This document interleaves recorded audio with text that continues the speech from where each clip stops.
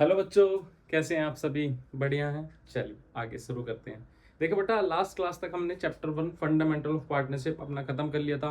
Chapter 1 जो है हमारा फंडामेंटल ऑफ पार्टनरशिप, उसमें हमने लगभग सारे कॉन्सेप्ट्स अपने कंप्लीट कर लिए थे। आज हम नया chapter 2 valuation of goodwill start करने वाले हैं। तो इस चैप्टर से जनरली एक क्वेश्चन एग्जाम में बनता है, या बहुत बार एमसीक्यू से एक क्वेश्चन बनता है, या 3 या 4 नंबर में एक क्वेश्चन आपको यहाँ से देखने को जरूर मिलेगा। ठीक है बेटा, इस चैप्टर में कुछ मेथड्स होते हैं हमारे ट्रीटमेंट गुडविल को वैल्यू करने के। तो इस चैप्टर में गुडविल को कैसे वैल्यू किया जाता है वो हम सीखने वाले हैं। अब होता क्या है कि गुडविल को हम क्यों वैल्यू करते हैं, है ना, गुडविल कितने टाइप की होती हैं, गुडविल के क्या क्या ट्रीटमेंट्स होते हैं, वगैरह वगैरह, ये सारी चीजें हम नेक्स्ट चैप्टर में चेंज इन पीएसआर में पढ़ने वाले हैं। इस चैप्टर में केवल और केवल हमें ये पढ़ना है कि गुडविल को वैल्यू कैसे करते हैं, है ना। फिर भी मैं आपको एक बार शॉर्ट में बता देता हूँ। गुडविल दो टाइप की होती है हमारी, एक होती है हमारी सेल्फ जनरेटेड गुडविल, एक होती है हमारी परचेज गुडविल। तो आपको केवल और केवल इस चैप्टर में ये सीखना है कि गुडविल को हम वैल्यू कैसे करते हैं। ठीक है, वो क्यों करते हैं, क्या रीजंस रहते हैं, वो हम नेक्स्ट चैप्टर में पढ़ेंगे। फिलहाल आप बस ये सीख लीजिए तो गुडविल को हम वैल्यू कैसे करते हैं। तो इसका पहला जो मेथड है बेटा वो है एवरेज प्रॉफिट मेथड। क्या है बेटा? Average profit method. ये इसका सबसे पहला मेथड है, एवरेज प्रॉफिट मेथड। इसमें क्या होता है बेटा, सबसे पहले इसका फॉर्मूला है एडजस्टेड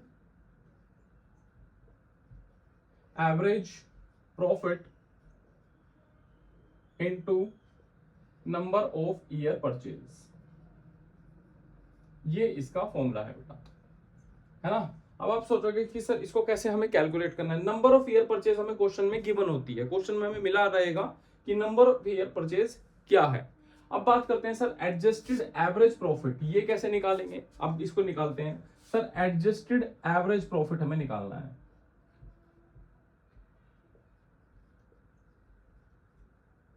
ये कैसे निकालेंगे बेटा, इसमें आएगा आपका एडजस्टेड प्रॉफिट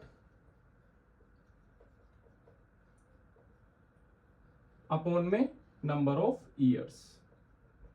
ये हमारा फॉर्मूला है एडजस्टेड एवरेज प्रॉफिट का। अच्छा, बहुत बार क्या होता है एक्चुअल एडजस्टेड प्रॉफिट भी हमें निकालना होता है। तो एक्चुअल एडजस्टेड प्रॉफिट हम कैसे निकालते हैं वो भी मैं आपको बता देता हूं। Actual adjusted profit, actual adjusted profit, ये क्या होता है सर, हमें एडजस्टेड प्रॉफिट ही चाहिए होता। तो इसको हम कैसे निकालते हैं बेटा, सीधा सीधा हम एडजस्टेड प्रॉफिट निकालेंगे और उसमें से माइनस कर देंगे हम अपना जो रेम्यूनरेशन ऑफ पार्टनर है, रेम्यूनरेशन ऑफ पार्टनर,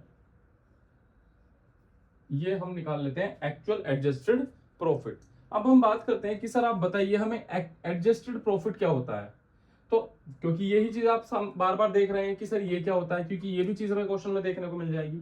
ये क्या होता है ये समझना, एडजस्टेड प्रॉफिट क्या होता है। सर एडजस्टेड प्रॉफिट जो होता है उसको निकालने का एक तरीका है। जैसे कि हम बात करेंगे सबसे पहले profit of the year, profit of year, किसी भी साल का हमें प्रॉफिट दे रखा है अगर, तो उसमें हम कुछ चीजें एडजस्ट करते हैं। जैसे कि हम करेंगे उसके अंदर ऐड करेंगे नॉन रिकरिंग एक्सपेंसेस या लॉसेस। क्या ऐड करेंगे बेटा, नॉन रिकरिंग एक्सपेंसेस और लॉसेस,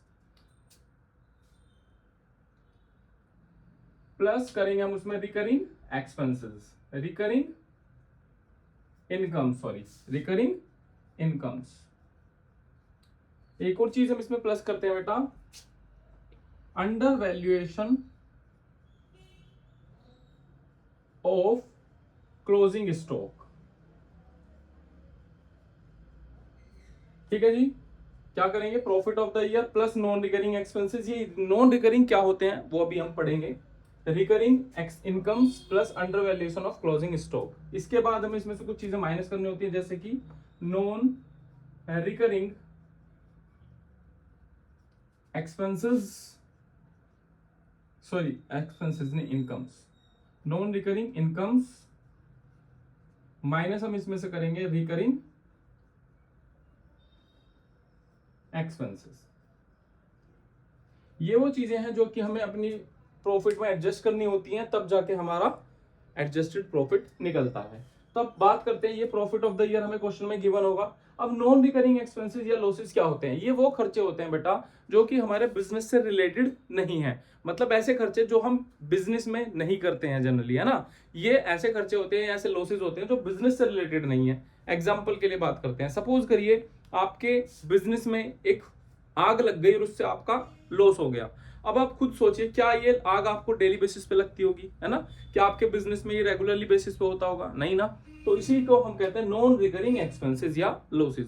सपोज करिए आपके बिजनेस में आपने कोई एसेट्स बेची, उस पर आपको कोई लॉस हो गया, तो क्या वो रेगुलर बेसिस पे होता होगा? नहीं होता होगा। तो इसलिए इन टाइप के एक्सपेंसेस को हम क्या कहते हैं? Non recurring expenses. अब बात करते हैं सर रिकरिंग की। सो रिकरिंग वो इनकम्स होती हैं जो बिजनेस से रिलेटेड होती हैं, तो ये आपने यहाँ पर ध्यान रखना है। अब बात करते हैं sir under valuation of closing stock. ये क्या होता है? बहुत बार क्या होता है, हम अपने क्लोजिंग स्टॉक को अंडर वैल्यू कर लेते हैं। अंडर वैल्यू मतलब एक्चुअल वैल्यू मार्केट में ज्यादा है, लेकिन उसको हमने क्या कर लिया? अंडर वैल्यू कर लिया, है ना। हमने उसकी वैल्यू क्या है? कम आंक रखी है, और जिससे क्या होगा? कम आंकने की वजह से क्या रहा होगा? हमारा प्रॉफिट कम हो गया होगा, यस या नो। तो इसीलिए हम उससे क्या करेंगे? अपने प्रॉफिट को वापस से बढ़ा लेंगे। सही है। ऐसे ही हम ओवर वैल्यूएशन, इसमें एक चीज और रह गई प्लस करनी हमारी, माइनस करनी, over valuation of closing stock. ये भी हमें क्या करना होता है? ऐड करना सॉरी माइनस करना होता है over valuation of closing stock. और जो हमारा ओवर वैल्यूएशन अगर क्लोजिंग स्टॉक है तो उससे क्या होगा हमारा? आप खुद बताइए, अगर क्लोजिंग स्टॉक हमारा ओवर वैल्यू है तो उस कंडीशन में क्या होगा? हमारा प्रॉफिट कम हो गया होगा, यस या नो। ओ सॉरी, प्रॉफिट बढ़ गया होगा, है ना। तो हम उसको वापस से कम करेंगे। तो ये हमारा पूरा मेथड है, एवरेज प्रॉफिट मेथड। इसी के बेसिस पर हम एक क्वेश्चन करेंगे और उससे हम आगे बढ़ेंगे। ठीक है बेटा, चलिए इसका एक क्वेश्चन कर लेते हैं अपने पास से। बेटा हम एक क्वेश्चन ले लेते हैं, ठीक है। जैसे हमें 3 सालों का प्रॉफिट दे रखा है ना, है ना।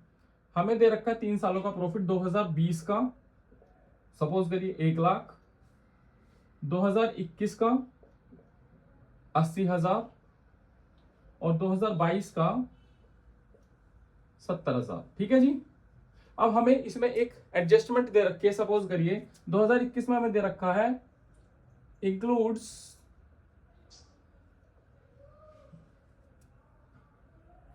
Loss on sale of assets. भाई सेल ऑफ एसेट्स पे मतलब एसेट्स को बेचने से जो हमें लॉस हुआ वो हुआ सपोज करिए 10,000 का। वो हमने यहाँ पर इंक्लूड करा हुआ है 2021 में।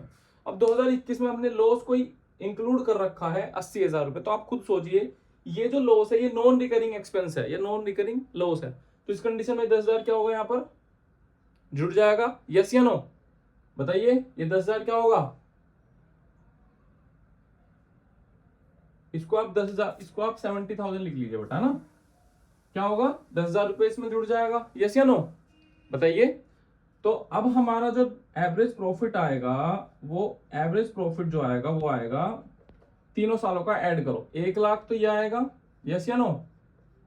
प्लस अब इस साल का देखो, क्योंकि 70,000 तो था और 10,000 हमारा लॉस था, वो इसमें जुड़ जाएगा, तो कितना हो जाएगा? 80,000 हो जाएगा सर। और प्लस तीसरे साल का कितना होगा? 70,000। इनका एवरेज प्रॉफिट हम निकाल लेंगे, बताओ कितना आएगा? तीनों सालों का एवरेज प्रॉफिट कैसे निकालते हैं? तीनों सालों का ऐड करो प्रॉफिट अपॉन में नंबर ऑफ ईयर्स। तो 1,80,000 और 70 कितने हो गए बताओ? इसको बेटा 60 कर लो आप, है ना, क्योंकि वरना पॉइंट में आएगा तो आप कंफ्यूज रहोगे। इसको 60 कर लेते हैं, है ना, वरना आप कंफ्यूज रहोगे।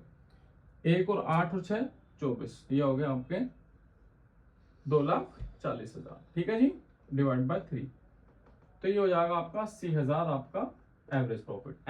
अब हमारा आ गया एडजस्टेड एवरेज प्रॉफिट। ठीक है। अब हमें यहाँ क्या क्वेश्चन में रेम्यूनरेशन ऑफ पार्टनर दे रखा है? नहीं दे रखा। तो यही प्रॉफिट हमारा एक्चुअल एडजस्टेड एवरेज प्रॉफिट रहेगा। अब हम अपने पास से क्वेश्चन में मान लेते हैं नंबर ऑफ ईयर परचेज जो है वो 3 दे रखी है। तो गुडविल कैसे काउंट करेंगे बताओ? गुडविल हम निकालेंगे sir, actual adjusted average profit कितना है? 80,000, है ना, multiply by number of year purchase 3। तो ये आ गया आपका 2,40,000 इज आवर गुडविल। ये हमारा आंसर है। अब आप एवरेज प्रॉफिट से रिलेटेड जो भी क्वेश्चन है आप आसानी से कर लोगे, मुझे लगता है इसी से रिलेटेड आप कोई भी क्वेश्चन है आप आसानी से कर लोगे। फिर भी आप नहीं कर पाते हो, कमेंट में आप डाल दीजिए, मैं उसका सॉल्यूशन आपको भेज दूंगा। फिलहाल के लिए इतना ही आज के लिए। अगर आपको वीडियो अच्छी लगी है तो लाइक कमेंट शेयर कर देना, नए हैं तो अपना सब्सक्राइब भी कर लेना। ठीक है बेटा, चलिए, थैंक यू।